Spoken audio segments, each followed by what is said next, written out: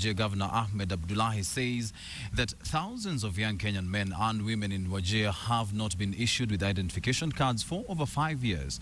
A state of affairs that he says has blocked the progress towards gaining employment and steeping the county even further in a crisis identity. And Wafula has just returned from Wajir and now reports on the crisis that many say is pushing the youth there into the arms of Kenya's enemies.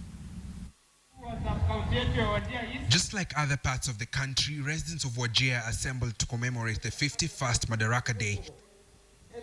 51 years on, many here have been unable to acquire identity cards despite having been born and schooled in Kenya. Now the county government is stepping in. For the jobs that are available locally, to the extent that they are qualified, we will not make an ID a requirement to employ them. But this could be risky. Wajir borders both Ethiopia and Somalia, complicating the process of identification in that region and adding the risk of insecurity.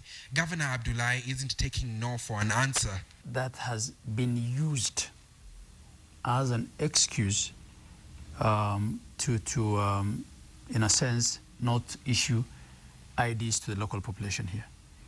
The vetting process is tedious. The registration itself is, is done very few times. It's very few and far between, After all, the government has said now the system of devolving government has started. A street conversation with both the young and the old paints a clear picture of the sensitivity of matters identity. Kama serikali vile yametusahau, basi hakuna namna zingine ya kufanya. Serikali atufikirie vijana wetu wote hao hawana ID. Wote hao hawana ID. Sasa hao vijana watafanya kazi gani? To my view of understanding, it seems that the local ones are having more problems than the foreign ones. Because if you're foreigner and you came within that day, I hope it will not take even more than 3 or 2 weeks. But to us, maybe it takes 3 years, 2 years for us to get an ID. But sometimes, mambo ya uhalifu inaletwa na kitu kama hiyo. Mtoto anakatazwa ID, hawezi pata kazi. Mzazi yake amemaliza pesa kwa kusomesha yeye.